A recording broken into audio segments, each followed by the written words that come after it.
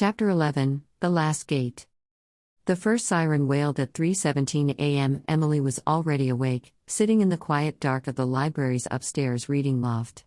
Below, the kindled were scattered across beanbags, desks, and padded windowsills. Rest had become a luxury none of them could afford. She stood at the window as a crimson flash streaked across the sky. A low hum followed, a vibration that shuddered the bones of the old building. Aaron stirred. "That's not lightning."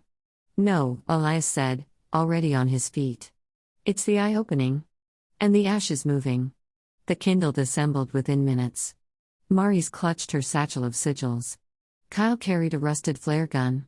The others stood tense, watching the pulse on the horizon like it might come for them next. "The gate isn't just opening here," Elias said. "Other kindled are flaring around the world. Some will fight. Others will fall." Emily nodded, Carrie's journal tucked into her coat. "Then we finish it here." They headed into the woods, the fog hanging low and metallic. At the edge of the hollow, the ground was warm, too warm. The spiral mark they'd found days ago now glowed faintly in the soil. And the air shimmered. "She's near," Emily said. From the trees, shapes began to move. Dozens. No longer just shadows. The proxies had taken clearer form, men, women, children, all with eyes like glass and skin like burnt parchment. They moved as one. And behind them, a figure emerged, tall, cloaked in ash, faceless but familiar. "The ash." "I know you," Emily whispered. The ash did not speak. But the air grew heavier. Emily stepped forward. "You were born from fear. From every fire left unspoken, every girl buried in silence. But we're speaking now." The ash raised a hand. Proxies surged. The kindled responded. Flares burst from Aaron's palms. Maurice cast a wide arc of symbols in burning ink, forming a barrier. Kyle's flare shot through two proxies, who collapsed, shrieking. But it wasn't enough. Emily reached into her coat and drew the journal. "Carrie," she said, "help me do what they wouldn't let you finish." She touched the ground. The pendant blazed. A white spiral erupted beneath her feet. The proxies recoiled. The ash stopped. "I don't need more power," Emily said. "I just need to mean something with the power I have." And the fire answered. It surged through her veins, not wild, not cruel, but focused. A legacy turned inward, forged into choice. She stepped into the spiral. Her eyes glowed golden. "I seal the gate," she declared. But not the flame. The eye cracked open in the earth, revealing its core, a chamber of memory, its walls echoing with every bearer's scream and silence. The child stood there, the one she'd seen before. Pale-eyed. Waiting. Emily approached. "Who are you?" she asked. The child didn't blink. "I am the beginning. I am the last fire untamed. I am the root." "You're not an enemy?" "I'm a question," the child replied. "You are the answer." Emily took the child's hand. Down together, they stepped into the eye. Behind them, the proxies halted. The ash screamed. The ground trembled. A pulse of golden fire erupted from the spiral, not destroying, but rewinding, pulling the ash inward, sealing its form into dust. The proxies fell. The air stilled. Aaron sprinted toward the edge. "Emily." She emerged slowly, the child at her side. Her pendant cracked, glowing dimly now. Her veins no longer shimmered. "It's done," she said softly. "The eye is sealed." Elias limped to her, blood on his shirt. "You stopped it." Emily looked at him, and saw the wound. "No," she whispered, catching him as he fell. "Stay with me." "I'm sorry," Elias said, smiling weakly. "But I had to protect the rest." He reached for the codex and pressed it into her hands. "You carry it now. The flame's memory. Guide them." Then he was gone. The child looked up at her. He was a root, too. Emily held Elias's hand until it cooled. Above them, the sky cleared. A final spiral shimmered in the clouds, soft, golden, watching. Maurice joined them. Aaron, too. The kindled stood as one. And Emily, no longer just a bearer, now the seal, looked toward the hollow and whispered. "It's not over. But it's ours now." Chapter 12, Kindled Ashes. The sun rose over Chamberlain, but the light felt different, muted, thin, like it was filtering through the smoke of something that had burned long before morning. Emily sat on the roof of the library, the codex in her lap. Its cover had darkened since Elias passed. Pages fluttered in the breeze, though no wind stirred. Below her, the town moved in slow confusion. Some residents wandered with stunned expressions, others boarded up windows or cleared away ash from their doorsteps. The hollow pulsed faintly in the distance, like a wound trying to close. Erin stepped onto the roof beside her, holding 2 mugs of coffee. No sleep? Emily shook her head. I keep hearing him. Elias. Not like a ghost. More like a pressure. Like he's still thinking with me. He passed something to you, Erin said, setting the mug beside her. The fire. The burden. But also the voice. She nodded, eyes on the codex. I don't know what to do with it yet. You'll know. Maurice called up from the street below. We've got news. Emily and Erin climbed down. Inside the library, kindled were gathering again, some she didn't know. A girl from Vermont who could melt glass with her fingertips. A boy from Louisiana who saw premonitions in smoke. Word had spread. Maurice stood near the whiteboard. 2 things. First, he made it. Who? Emily asked. The team from Mexico. The one who posted the pelota fire. He landed this morning. He's on a bus heading here. What's he want? Erin asked. Maurice flipped the board around. It was covered in handwritten Spanish, scribbled translations, and still frames from the video. He believes Elara is a saint. He called her Santa Elara in his caption. Said she told him to come here, that he's been dreaming of a spiral under the ground, and a voice saying, come learn from the root. Emily's throat tightened. He's being pulled by the eye. Which is sealed, Erin said. Only for now, Emily replied. Maurice's expression darkened. The bigger problem is the flare map. It's not done. She pointed to a growing cluster of dots across the US, South America, and parts of Asia. Kindled are surfacing, fast. Some are using their power. Some are losing control. A firebender in Brazil set an entire sugarcane field ablaze. Another girl in Seoul is trending for lighting up her dance performances. Some of it's just showmanship. And the rest? Emily asked. Maurice hesitated. 3 deaths. 1 in Germany, 1 in Atlanta. 1 here in Maine, last night. A boy tried to mimic what he saw in that video. It killed him. Silence gripped the room. Erin broke it. So what do we do? Start another war? Try to stop every kindled out there? No, Emily said. She rose, her voice steady.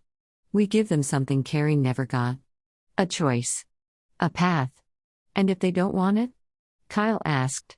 Then we protect what we can, Emily replied. The eye. The codex.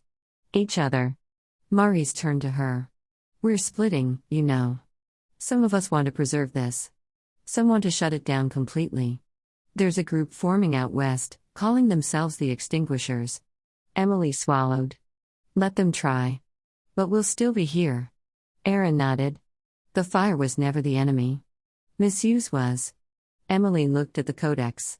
Its pages shifted again. A name appeared, one she didn't know. They're still awakening, she said. We don't get to rest. Not yet. Outside, the sky rumbled, not a storm, but something else. A ripple. Emily stepped out into the light.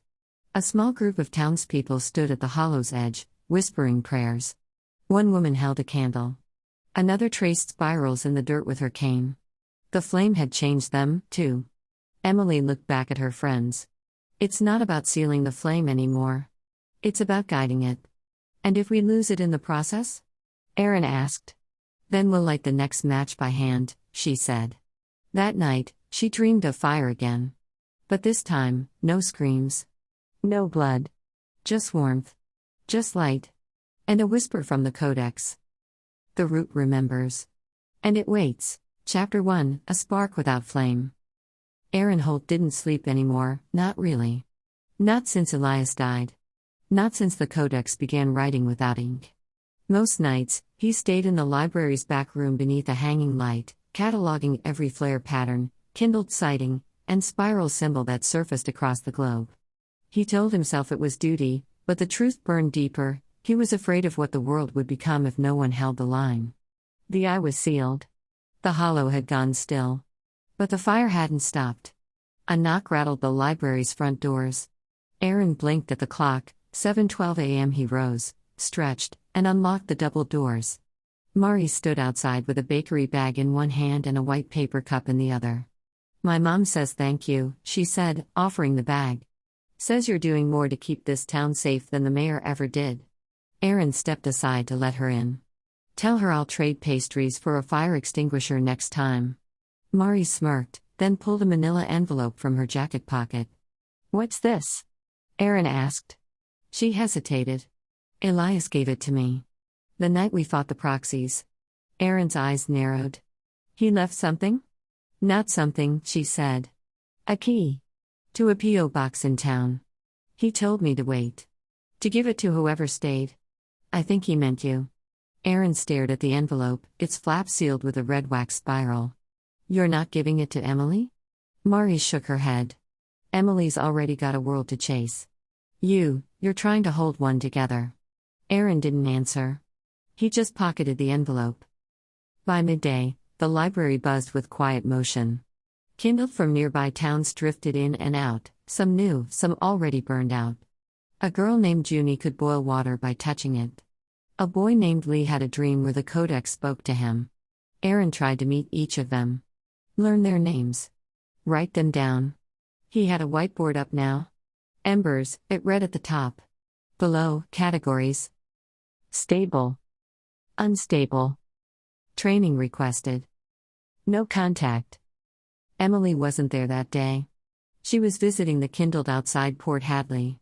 Grant had driven her, and she planned to spend 2 nights with a girl who could shape flame into living birds. Aaron admired her for it. He just couldn't imagine leaving Chamberlain. Not now. Not yet.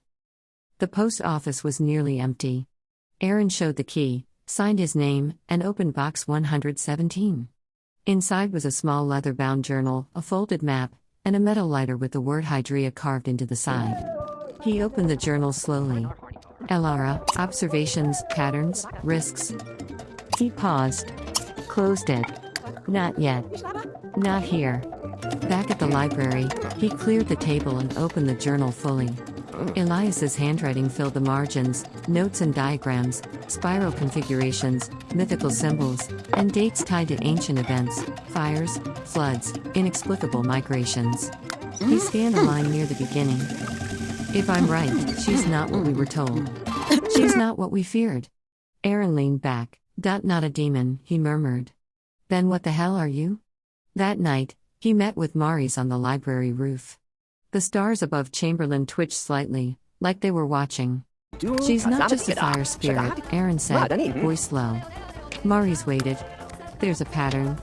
Not just in the flames, but in when and why they awaken. They're not random. They're connected to something older. Something deliberate. You think Elias behind all of it?" Mari's asked. Aaron shook his head. "Not yet. But I think Elias knew she would be. Or already was." Mari set her mug down. "Then what are you going to do?" Aaron looked toward the hollow. "I'm going to learn what Elias never had time to say." Chapter 2, Emberline. The first Emberline session was held in the library's basement. Just 6 folding chairs, a half-dead potted fern, and a portable whiteboard Aaron had rescued from the town dump. It was nothing fancy, but it was grounded. And for now, that was enough. "All right," he said, standing at the front of the small circle. "This is not a cult. Not a coven. Not a recruitment pipeline for weird online conspiracies. This is a study group." One of the kids, Ria, 16, kindled 2 months ago during a lightning storm, grinned. "A study group for what? Fire?" "For truth," Aaron replied. "And how not to burn each other with it." Mari sat in the corner, not saying much, but taking detailed notes. Aaron was grateful. He could Mimi stories come alive. Save the progress or let it fade. Tomorrow's choices are yet to be